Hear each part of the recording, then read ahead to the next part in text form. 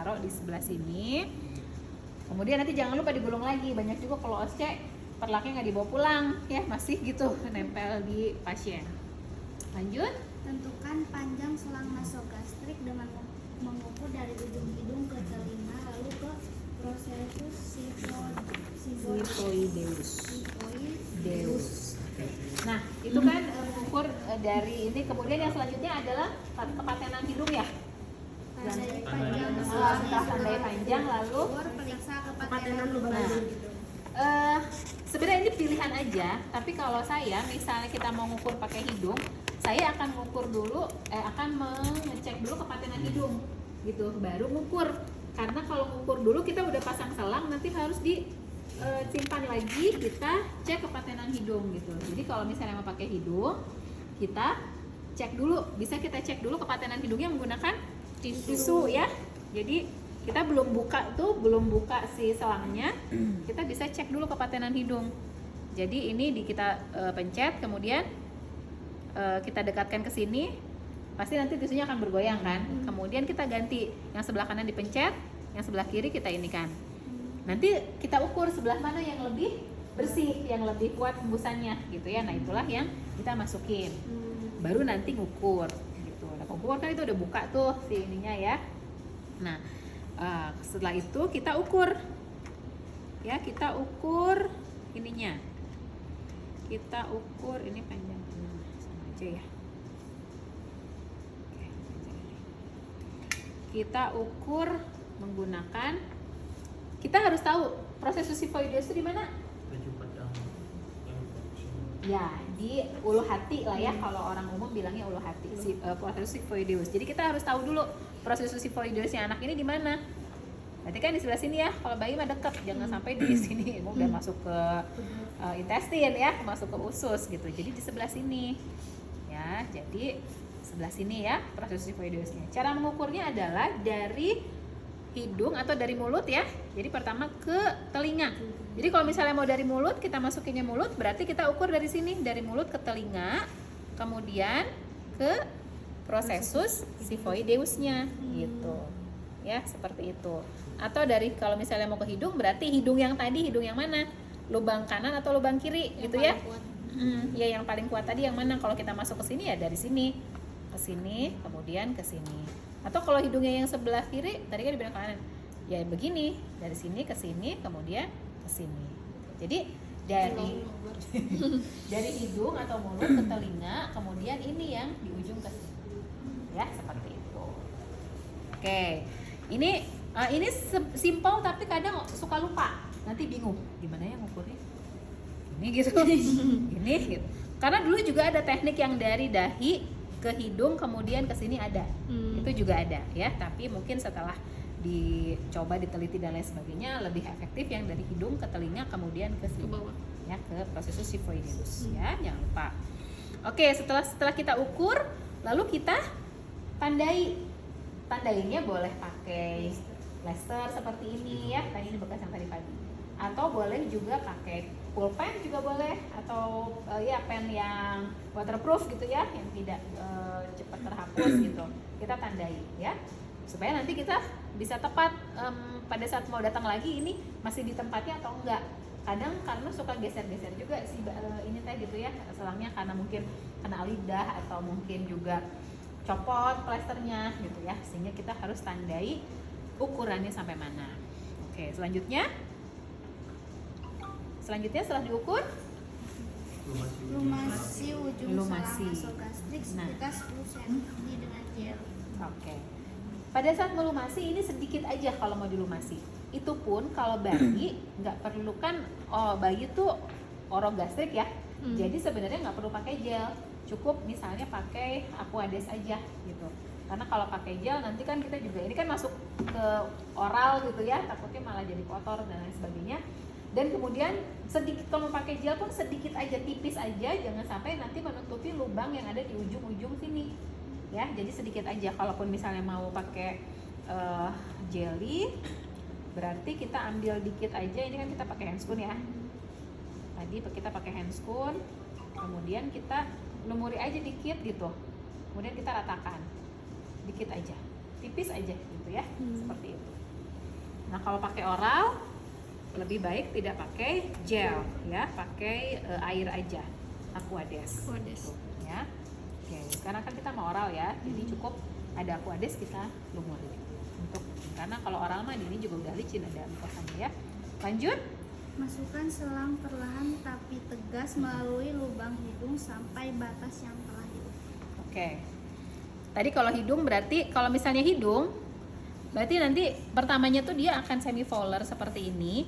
Kita masukkan. Nah, kalau udah ada sedikit mentok atau kita itu ya berarti suruh nunduk atau kita tundukin gitu. Atau kalau anaknya sudah bisa diajak komunikasi, "Dek, bantu telan ya." Terus dia gerakan menelan gitu ya. Menelan gitu seperti itu. Itu kalau hidung ya. Ini kita nggak bisa masukin karena nggak ada lubangnya. Nah, kalau mulut, adek kita ini ya bisa seperti ini. Dek, biasanya di depan kita sih kepalanya gitu ya, seperti itu. Jadi kita masuk ya Bu, bismillah ya Bu ya. Pegangnya kayak pegang pensil aja biasa gini ya. Pegang seperti itu, kemudian masukin. Bismillahirrohmanirrohim, masuk ya Bu. Oke, sambil kita rasakan gitu, pelan-pelan. Ini masuk nggak sih? Saya belum pernah ya, cuma kebayang. Ada yang masuk aja gitu gimana? Oke. Saya pernah lihat tuh di Instagram, entah nursing student atau medical student gitu, dia lagi latihan pasang NGT-nya ke teman sendiri beneran dipasang gitu, dan sadar gitu. Tapi itu jagoan banget sih, maksudnya berani banget sih temennya tuh bersedia untuk buat latihan temennya gitu. Tapi berhasil gitu. Emang ada sensasi itu ya, muntah gitu. Tapi luar biasa sih, berani gitu.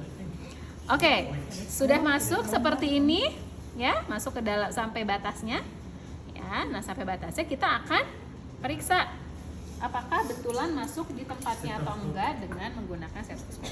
Nanti Anda waktu KMB juga pasti belajar NGT untuk dewasa ya. Sama prinsipnya kayak gitu, hanya selangnya aja gede ya, gitu. Ukurannya aja. Kemudian kita masukin. Nah, kalau di sana kan ditulis 10 mili ya. Yes. Kalau bayi atau anak jangan 10 mili lah, itu lambungnya bisa pecah ya. Jadi cukup, apalagi kalau bayi cukup 2 mili aja gitu ya, cukup 2 mili aja. Sampai 5 mili juga kegedean karena lambungnya tuh masih kecil banget gitu. Hanya untuk memastikan. Jadi kita kasih 2 mili lah ya. Seperti itu. Kemudian kita dengarkan. Ini kalau mau buka dilipat dulu, jangan lupa ya. Dilipat dulu. Kemudian kita taruh mana tadi proses sifoidoisnya di sini. Kemudian kita sambungkan. Ya, kan ini masuk ya, masuk ke telinga misalnya seperti itu. Ini juga bisa kedengaran kalau begini sih. Lalu kita dorong. Astagfirullah. Tuh, jangan lupa ya, dia masukkan. Nih hati-hati pada saat kita gini nanti ini lagi. Kemudian kita dorong. Nah, di saat didorong, kalau dia masuk ke lambung akan terdengar bunyi blub. Gitu pada saat kita dengerin ya dari sini itu artinya dia memang masuk ke lambung blub gitu ya, seperti itu. Kalaupun misalnya nggak masuk ke lambung, kita tidak akan sampai sejauh ini gitu loh. Pasti nanti kalau misalnya dia kan di sini kan percabangan saluran nafas sama saluran cerna nih. Kalau dia salah masuk, pasti sudah ada respon yang menandakan bahwa itu selang masuknya ke saluran nafas. Misalnya bisa jadi anaknya ada tarikan kaget gitu ya, sesak gitu ya seperti itu, atau juga mungkin mulai membiru tuh ininya. Nah, kalau gitu nggak usah sampai begini, langsung ditarik aja. Pasti itu baru sebentar aja. Karena kan deket ya jaraknya gitu. Kalau baru segitu aja pasti sudah ada respon yang menandakan bahwa itu nggak masuk ke lambung. Dia pasti masuk ke saluran cerna. Kalau seperti itu ada tanda-tanda seperti itu yang langsung dicabut, lalu biarkan istirahat dulu. Ya, kita tenangkan dulu, baru nanti masuk lagi. Ya, jadi jangan sampai alas ya, Rosna rusak. Oke deh. Ya. Lalu selanjutnya, nah kalau pada bayi juga ya di saat pemasangan seperti ini, biar dia merasa lebih nyaman gitu, bisa kita dengan dibedong sedikit ya, tidak perlu terlalu kencang. Dibedong itu supaya dia merasa dipeluk gitu, merasa nyaman gitu ya, untuk kenyamanan dia. Kalau sambil ditindakan kemudian anaknya gini, aduh kayak lagi dianiaya gitu ya, tangannya kemana-mana meronta-ronta, itu kasihan banget, bayinya akan trauma. Jadi kalau kita mau melakukan sesuatu tindakan ke bayi kecil, ke bayi-bayi itu upayakan ada bedongnya. Misalnya mau diambil darah misalnya ya di tangan kanan, nah bagian sininya tuh kita bedong dulu gitu, supaya dia tidak merasa teraniaya gitu ya. Jadi salah satunya harus Nah oke, setelah begini lalu kita fiksasi ya. Fiksasinya ini seperti kupu-kupu sih, seperti kita bikin kupu-kupu ya. Oke, kita harus kira-kira aja, jangan sampai terlalu panjang atau terlalu pendek. Kupu-kupunya juga kita ini dulu. Jadi sudah digini kita puterin dulu satu kali. Nih gini, diputar satu kali baru ini ke atas ya, seperti ini. Ini boleh, kalau ini mau langsung ke bawah juga boleh ya, tapi bisa diputar sekali lagi. Kemudian baru ke bawah. Ini mah seni aja ya. Nah, ini supaya kuat gitu ya, seperti itu. Jadi kalau ini selangnya, jadi kan dari sini ya plasternya. Jadi kita putar dulu ke sana. Yang dari sini putar dulu ke sini, baru ke sini ya. Atau kalau misalnya biar ini lagi biar mantep karena ini mungkin terlalu pendek, saya kasih lagi di situnya juga boleh. Kayak kita pasang infus ya, di sini di double boleh gini ya, yang penting sudah ada yang mengikat. Nah, nanti Anda bisa tuh bisnis plester tapi yang bentuk karakter gitu ya, yang kayak stiker, jadi plesternya jadi bentuk love atau bentuk kupu-kupu gitu ya. Jadi anak-anak tuh yang nempel di sini tuh ada buat dia lucu gitu ya, kayak dikasih stiker gitu, padahal itu plester aja. Kemudian satu lagi boleh di sebelah sini. Oh ini jangan lupa setelah itu nanti ini dulu ya, dicabut. Cabutnya juga harus ditekuk dulu. Hah? Supaya tidak ada udara masuk gitu ya. Jadi kalau misalnya dicopotnya sambil begini, nanti ada udara masuk jadi kembung. Jadi kalau buka tutup atau sambung menyambung di sini, mesti ditekuk dulu ininya gitu. Ya. Oke, selanjutnya menghindari udara masuk supaya tidak kembung. Kemudian ini di sini. Ya, seperti itu. Oke. Sudah. Setelah itu bisa dibereskan. Atau kalau kita mau langsung kasih makan, kasih minum, lalu kita sediakan ini makanan atau minuman ya makanan cairnya begitu ya. Kita siapkan spatnya. Nah, ini kalau yang ukuran ini sih biasanya untuk anak-anak yang udah besar ya. Kalau bayi sih biasanya rata-rata ya pakai yang ini gitu ya. Kalau ini mah anak yang udah sekolah baru mungkin pakai ini ya. Dan lihat perbedaannya ya. Kalau yang untuk nutrisi adalah spatnya yang seperti ini. Kalau yang ada kan yang 50-60 ml tapi ujungnya juga begini juga ada ya. Itu mah buat obat ya.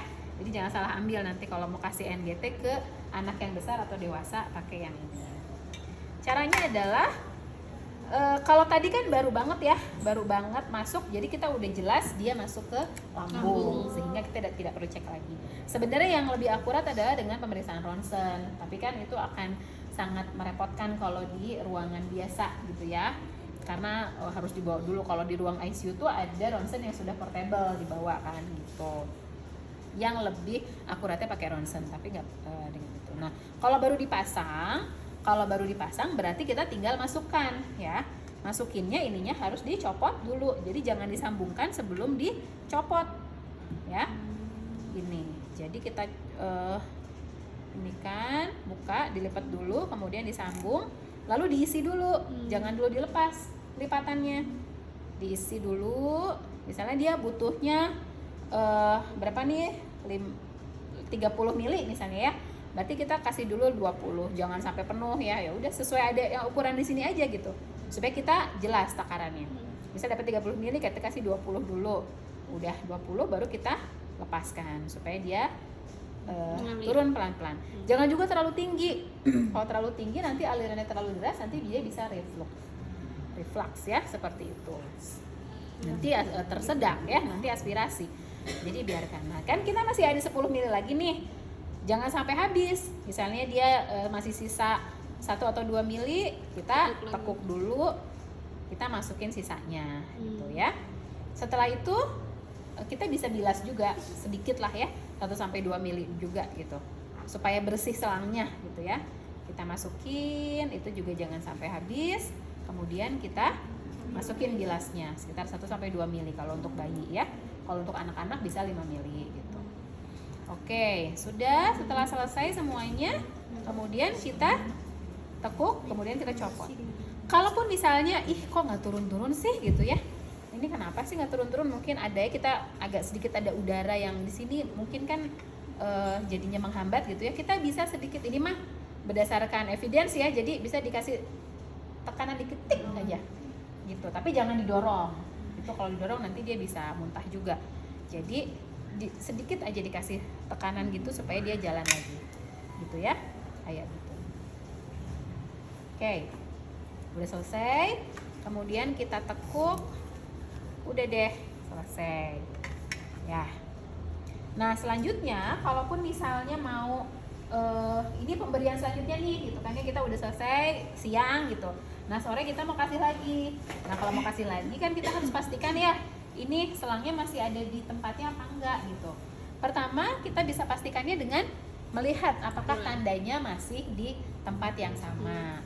Kalau misalnya masih plasternya masih oke, tempat ukurannya masih yang tadi gitu ya, ukuran masih yang tadi, kita bisa langsung. Atau juga kita bisa pastikan tempatnya dengan tadi juga melihat, ngeceknya pakai udara tadi, masukin 1-2 mili gitu ya. Kemudian kita dengarkan di proses sifoidosis itu, kalau masih ada bunyi blep gitu berarti masih aman. Atau ada juga dengan mengaspirasi. Jadi kita untuk ngecek residu lambungnya gitu ya. Tapi ini sebenarnya memang tidak setiap pemberian nutrisi diaspirasi untuk residu lambung gitu ya. Jadi caranya ya kita cek dulu, kita bisa misalnya ini ya, waktunya ngecek residu, kita sambungkan, kemudian kita tarik perlahan, masih ada sisanya nggak gitu ya misalnya.